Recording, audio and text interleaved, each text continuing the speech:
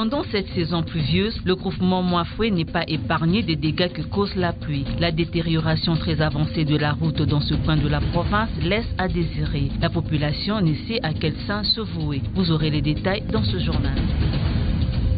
En marge de la journée mondiale des personnes vivant avec handicap, célébrée chaque 3 décembre, le gouvernement provincial a organisé une activité en leur faveur suivant le thème retenu cette année, autonomiser les personnes handicapées et assurer la participation et l'égalité. C'est tout pour les titres. Mesdames, Messieurs, bienvenue dans ce journal. Rendons-nous au village Moafoué où, en cette saison pluvieuse, les habitants sont obligés de dépenser le triple pour arriver à Kolwezi suite à la détérioration très avancée de la route. Emmanuel Casco. Bâtiments scolaires de qualité, un centre de santé de référence pour les villages de cette aire de santé, des églises et autres ouvrages pour une cité moderne. Nous sommes là au village Moafoué. Mais l'accès au village de ces groupements n'est pas sans problème en cette saison. Notre route est praticable en saison sèche. En saison pluvieuse, ça se creuse et la plupart des véhicules ne savent plus accéder. La route est détériorée. Ils ont arrangé seulement l'axe entre Mwangeji et le gouvernorat, mais après Kazembe jusqu'à Moafoué, rien. Donc, ils nous prennent avec moins d'importance. En période pluvieuse, la route est impraticable. Ceux qui l'avaient arrangé avaient fait un travail bâclé sans canalisation des eaux. On y rencontre des nids de poules, des embourbements et les véhicules ne savent pas avoir un bon accès. C'est là notre difficulté ici. Généralement, en pareille situation, les habitants sollicitent l'aide des autorités. Curieusement, à Moafoué, une sanction électorale est promise. Comment allons-nous voter pour eux? Nous n'avons rien eu d'eux. Ils nous ont promis monts et merveilles. Ils sont venus solliciter nos voix, mais une fois élus, ils nous ont oubliés. C'est mieux de donner la chance aux autres candidats. Mais aussi un conseil à tous les électeurs. Pour ces élections, que la chance soit donnée aussi aux femmes. Si celles-ci passaient, qu'elles songent à nous en nous fournissant des intrants. Car si tu me donnes de l'argent, je peux gaspiller ça en un instant dans la boisson. Pour ces habitants, les élections restent le seul moyen pour eux d'avoir des nouveaux dirigeants et députés qui pourront enfin écouter leurs cris, mais aussi réhabiliter leurs routes qui menacent d'enclaver leur groupement. L'humanité célèbre chaque le 3 décembre la journée des personnes vivant avec handicap. En marge de cette journée à Kolwezi, une activité a été organisée par le gouvernement provincial. Suivez.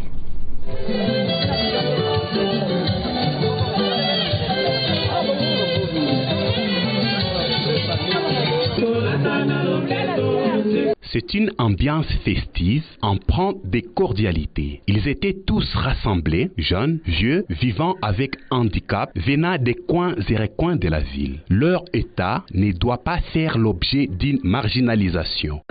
C'est une catégorie de personnes ayant les mêmes droits que toute personne. Et le ministère des Affaires sociales travaille toujours en collaboration avec le ministère du Travail, qui nous demande à ce que dans le code du travail, on puisse aussi les prendre comme travailleurs, c'est-à-dire ils doivent aussi signer des contrats, mais pour des travaux pour lesquels ils sont compétents et pour des postes pour lesquels ils sont compétents. Mais toutefois, on n'a pas discriminé quant à leur situation physiologique. Pourtant, ils jouissent des mêmes prérogatives que toute personne. Nous avons aussi demandé que les soins médicaux soient aussi assurés parce que nous courons toujours devant, on nous demande aussi de payer. Or, si vous allez remarquer, les personnes vivant avec handicap, d'autres n'ont pas les moyens de trouver même quelque chose. Nous avons demandé aussi qu'on puisse nous aider ici à Kolwezi pour que nous puissions aussi prendre nos frères et sœurs, leur donner aussi du travail, c'est-à-dire avoir des ateliers de couture, des cordonneries orthopédiques, ajustage des métaux, etc. Des doléances avaient été soumises à l'autorité. Elles ont trouvé gain de cause. Nous sommes au courant de vos problèmes. Le plus grand est le tricycle. Nous avons déjà un stock. Nous attendons que le gouverneur soit là pour passer à la distribution. Au courant de la semaine avec monsieur le commissaire, nous allons nous fixer un rendez-vous pour qu'on trouve une solution à vos doléances. Environ 350 personnes vivant avec handicap ont été présentées à cette manifestation. Toujours dans ce même chapitre, en rapport de la célébration de cette journée, la rédaction de Wangu Radio Télévision a fait un zoom dans la famille d'un sourd-muet habitant la cité Manika où un cri de détresse est lancé. Timothée Prince Odia. Ici, c'est à la résidence d'Estimé Lukiku, un sourd-muet de 32 ans. Il vit dans cette maison avec sa femme Aurélie Wailunga et ses deux enfants, Abigail Moulongo et Léonard Koge. Estimé a plusieurs amis, parmi lesquels Papi Mwepo, président de la corporation des sourds-muets du Lualaba. Estimé et Papi ont leur manière de se saluer quand ils se croisent.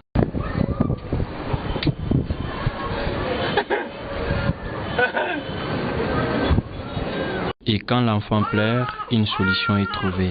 Journée mondiale des personnes vivant avec handicap, les pères de Léonard Koge ne ratent pas l'occasion lui offerte par Wangu Radio Télévision. Il passe un message.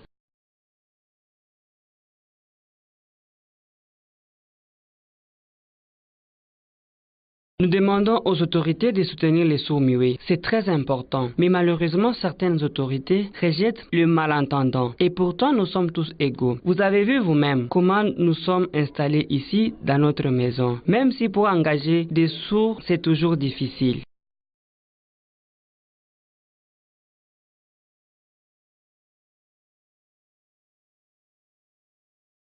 Son ami Papi en profite aussi.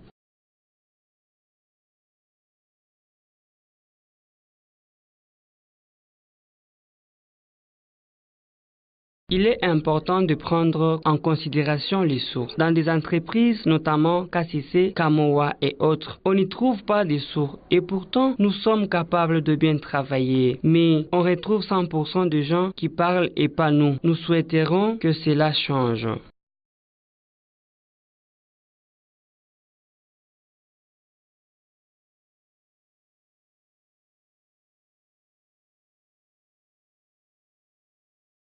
Avant notre départ, c'est d'autres amis de la famille Lukiku qui arrivent. La maman de Moulongo Abigail a sa manière de les accueillir. Ils y sont habitués, ils ne se gênent pas. C'est donc les foufous qu'il faut vite préparer. C'est une famille, ils y trouvent la joie. Leur handicap ne les sépare pas, mais cela leur permet d'être en parfaite communication.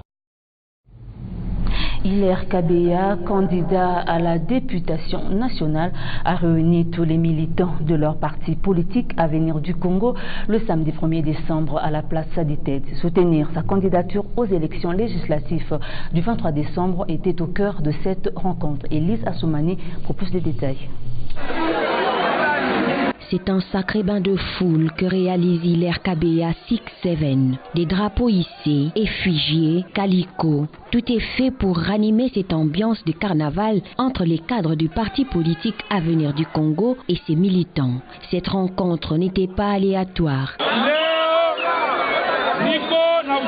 Aujourd'hui, je suis ici à Saditède avec mes camarades de la cité Manika. Vous faites tous partie de la base de la cité Manika. En tant que votre camarade, candidat et prophète, je viens auprès de vous pour vous demander du travail. Et ce dernier consiste à être votre serviteur au Parlement. Accepterez-vous cela?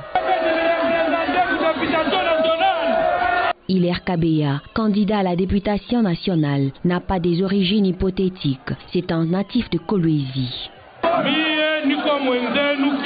Je suis jeune comme vous, je suis votre fils. Je suis né, j'ai grandi et j'exerce mes activités à Kolwezi. Je suis d'ici, je résidais sur l'avenue Kassaji derrière Motelo. Nous ne venons pas de loin, nous sommes de Kolwezi. Tout a commencé par une marche depuis 6-7 sur l'avenue Lualaba jusqu'à la place Saditède où une pléthore de militants ont afflué de partout pour suivre le message de Hilaire Kabeya.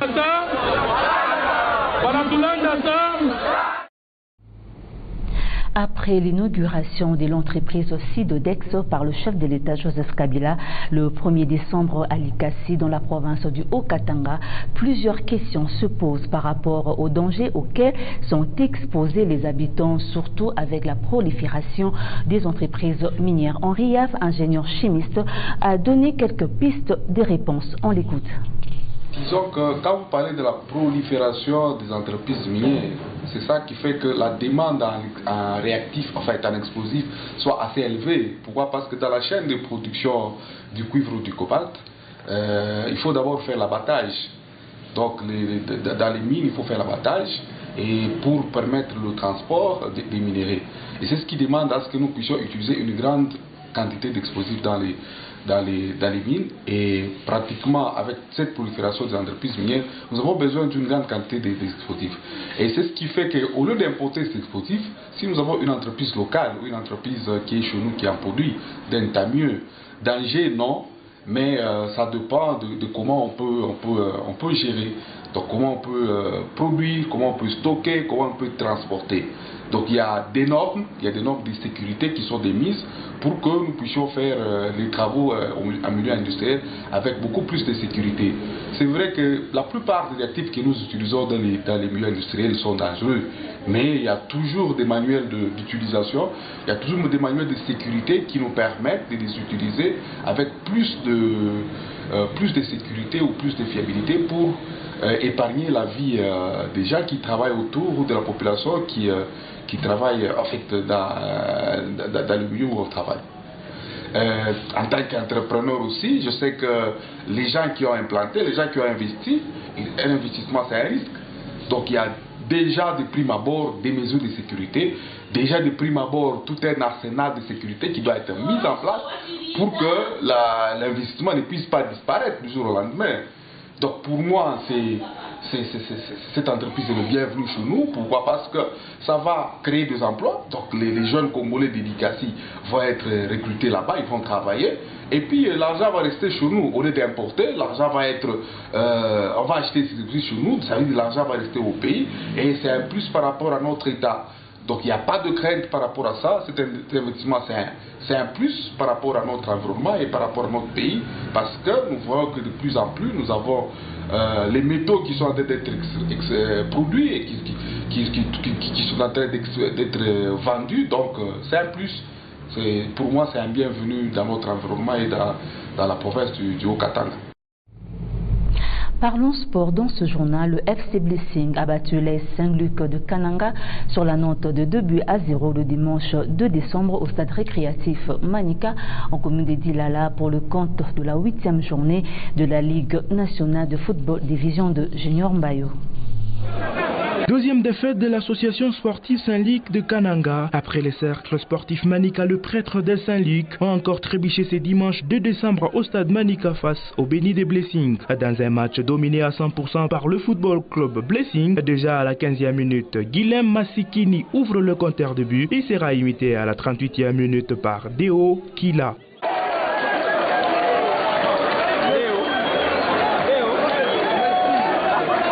2-0 sera le score à la pause. Au retour, le joueur de Saint-Luc multiplie les efforts et marque un but. Malheureusement, le but sera refusé.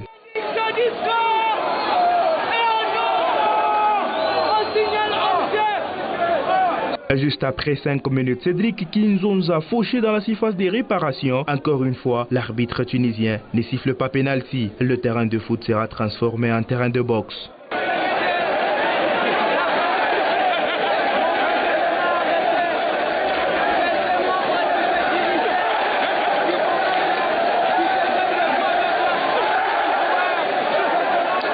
La rencontre va se terminer sur le même score de 2-0. Les causes sont pléthoriques.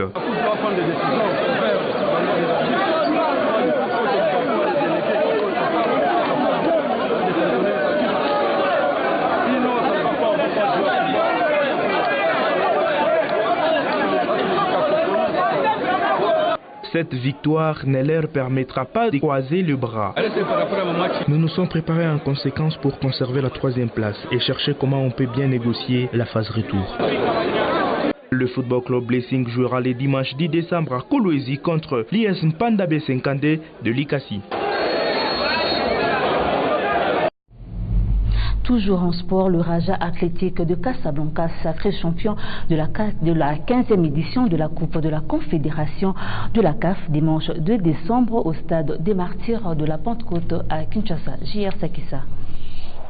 Ça y est, le Raja Athletic Club de Casablanca succède au Corbeau du tout-puissant Mazembe Anglebert, vainqueur de l'édition passée. Le Dauphin Noir avait 3 buts à remonter pour espérer remporter la 15e édition de la Coupe de la Confédération. À la 19e minute, Glodingonda Muzinga centre point de penalty, Jean-Marc Mundele Makousou manque les cadres. Quelques minutes plus tard, le Marocain ouvrait les scores. Les Moscovites perdaient déjà leur chance. Bien avant la pause, Mundele égalise, coup de pied arrêté.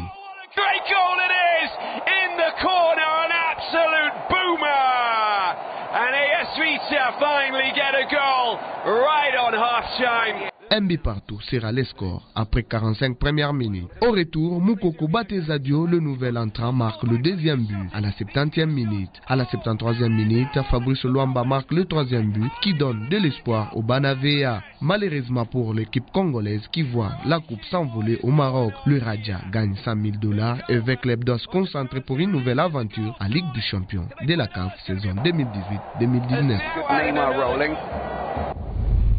C'est la fin de ce journal. Merci de l'avoir suivi. Toutefois, l'actualité se poursuit sur le www.wangou.info.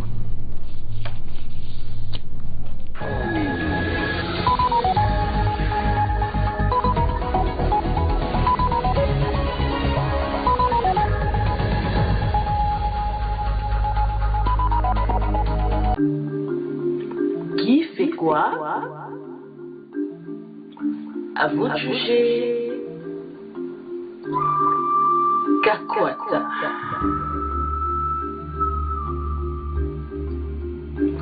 Votre serviteur. Mutoto Wakoluzi. Kakwata. L'homme du peuple. Encore et toujours à vos côtés. Il n'est pas tard. Nous pouvons encore espérer. Tous ensemble. Kesho Usiku. La Muka.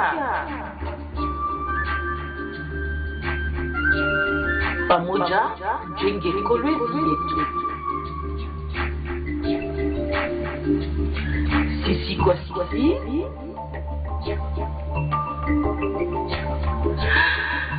Kakwata ni wangu.